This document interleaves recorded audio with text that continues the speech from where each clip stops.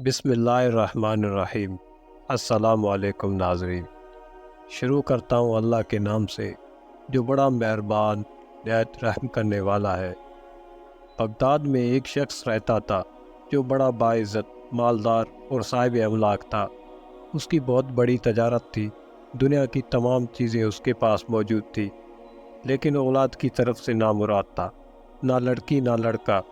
اس کی عمر زیادہ ہو گئی، ہڈیاں کمزور پڑ گئی، کمر جھک گئی، نکات اور غم نے زور پکڑا تو اسے یہ ڈر ہوا کہ اگر کوئی اولاد نہ ہوئی جو میری وارث بنے اور جس سے میری یاد قائم رہے تو میرا سارا مال اور جائیداد ضائع ہو جائے گا۔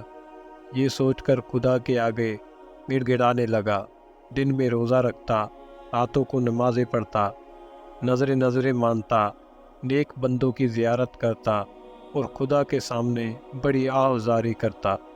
آخر خدا نے اس کی التجا سن لی اور دعا قبول کر لی، اور تھوڑے ہی عرصے کے بعد وہ اپنی بیویوں میں سے ایک سے ہم بستر ہوا اور اسے فوراً اسی رات حمل رہ گیا۔ جب حمل کی مدت پوری ہوئی اور بچہ پیدا ہوا تو وہ لڑکا تھا، اور ایسا حسین جیسے چاند کا ٹکڑا۔ خدا کی شکر گزاری میں اس نے نظریں پوری کی، خیراتیں کی، غریبوں یتیموں کو پوشاکیں پہنائی، اور پیدائش کے 7ویں دن اس کا نام ابو الحسن رکھا۔ دودھ پلائیوں نے اسے دودھ پلایا، کھلائیوں نے کھلایا، غلاموں اور نوکر چاکروں نے کندھوں پر بٹھایا، یہاں تک کہ وہ پل بڑھ کر جوان ہوا۔ قرآن اور اسلام کے فرائض، دین کے احکام، خوشخطی، شعر، حساب، تیر اندازی سیکھی، اور اپنے زمانے میں یکتا اور فردہ ہو گیا۔ اس کا چہرہ ملیح تھا، زبان فصیح، قد سڈول، چال آن بان والی، رخسار سرخ، ماتھا چمکدار اور خط سبز۔ ایک مدت وہ اسی طرح اپنے باپ کے ساتھ خوش و خرم رہا۔ باپ کی آنکھیں بھی ٹھنڈی رہی، یہاں تک کہ وہ بالغ ہو گیا۔ ایک دن باپ نے اسے بلا کر کہا، بیٹا، اب میری زندگی ختم ہو گئی ہے، موت کے دن قریب آ گئے ہے، خدا کے دیدار کے سوا کوئی حسرت باقی نہیں رہی۔ میں تیرے لیے اتنا کچھ چھوڑ جاتا ہوں جو کئی پشتوں تک تیرے لیے کافی ہوگا، یعنی مال و دولت، جاگیریں، املاک اور باغ۔ مگر بیٹا، اس ترکے میں خدا سے ڈرتے رہنا اور اسی کی پیروی کرنا جو تیری بھلائی چاہے۔ اور اس کے تھوڑے ہی دنوں بعد بیمار ہوا اور مر گیا۔ بیٹے نے اس کی تجہیز و تکفین نہایت عمدہ طریقے سے کی، دفن کر کے گھر آیا، دن رات سوگ میں بیٹھا رہا۔ دوست آشناؤں نے آ کر کہنا شروع کیا کہ جس نے تجھ جیسا بیٹا چھوڑا اسے مردہ نہ سمجھنا چاہیے، پھر جو مر گیا وہ مر گیا، اس سے زیادہ سوگ تو محض پردہ نشین لڑکیوں اور عورتوں کے لیے ہے۔ وہ اس قدر اس کے پیچھے رہے کہ بالآخر وہ حمام گیا اور انہوں نے مل جل کر اس کا غم غلط کیا۔ اس نے باپ کی نصیحت بلا دی، مال کی زیادتی کے سبب بے فکر ہو گیا، یہ سمجھا کہ زمانہ اس کے لیے ہمیشہ ایک ہی حالت پر رہے گا اور دولت میں زوال نہیں آ سکتا۔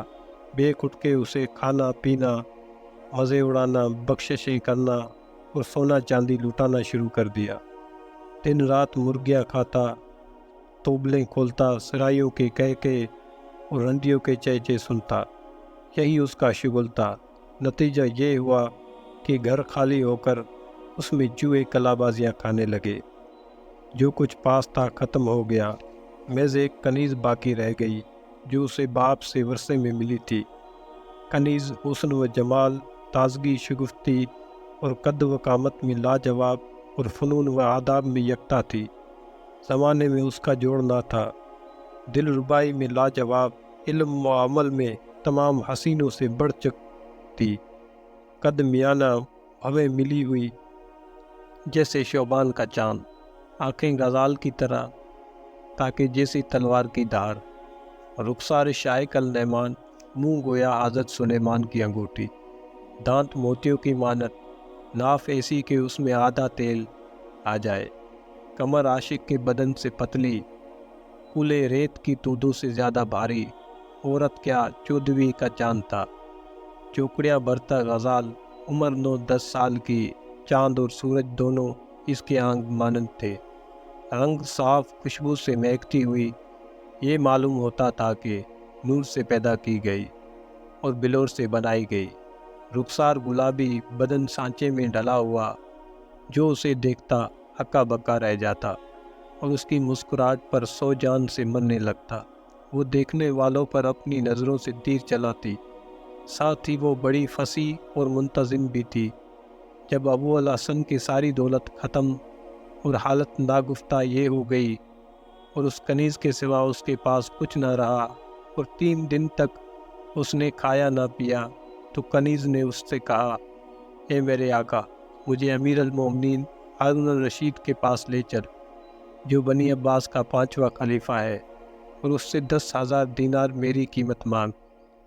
اگر وہ کہے کہ میں ان داموں میں مہنگی ہوں تو اس سے کہیو کہ اے امیر المومنین، میری کنیز کی قیمت تو اس سے کہیں زیادہ ہے، اگر تو اس کا امتحان کرے گا تو اس کی قد و قامت تجھ پر کھل جائے گی، ایسی بے نظیر تیرے سوا کسی اور کے قابل نہیں۔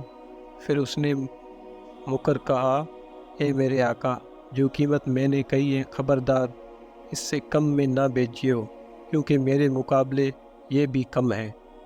ابو الحسن کی قد و قیمت کا بالکل اندازہ نہ تھا، اسے مطلقہ خبر نہ تھی کہ یہ کنیز ایسی ہے جس کا دنیا میں جواب نہیں۔ قصہ مختصر، وہ اسے ہارون الرشید کے پاس لے گیا اور پیش کر کے وہ باتیں عرض کی جو کنیز نے اس سے کہی تھی۔ خلیفہ نے کنیز سے پوچھا، تیرا نام کیا ہے؟ اس نے کہا، میرا نام تودو ہے۔ خلیفہ نے کہا کہ اے تودو، تو کن کن علوم سے بخوبی واقف ہے؟ اس نے عرض کیا، اے میرے آقا، میں نحو، شعر، فقہ، تفسیر اور لغت سے واقف ہوں، اور موسیقی، علم الغرائز، ریاضی، مساط اور تاریخ میں مجھے کافی دستگاہ ہے۔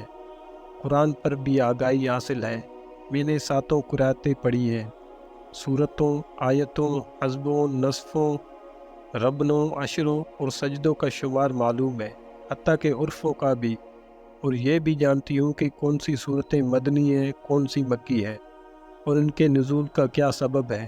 حدیث پر بھی مجھے درایتاً اور روایتاً عبور ہے، اور اس پر بھی کہ کون سی مسند ہے، کون سی مرسل ہے۔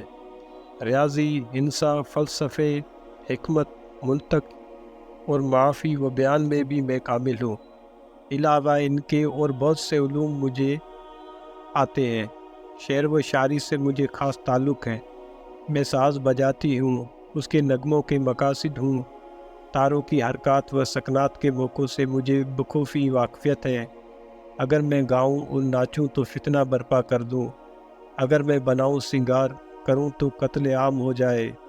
خلاصہ یہ کہ میں تمام علم و فنون میں اس درجے تک کمال رکھتی ہوں جو ان کے ماہرین کے علاوہ کسی اور کو نصیب نہیں ہو سکتا۔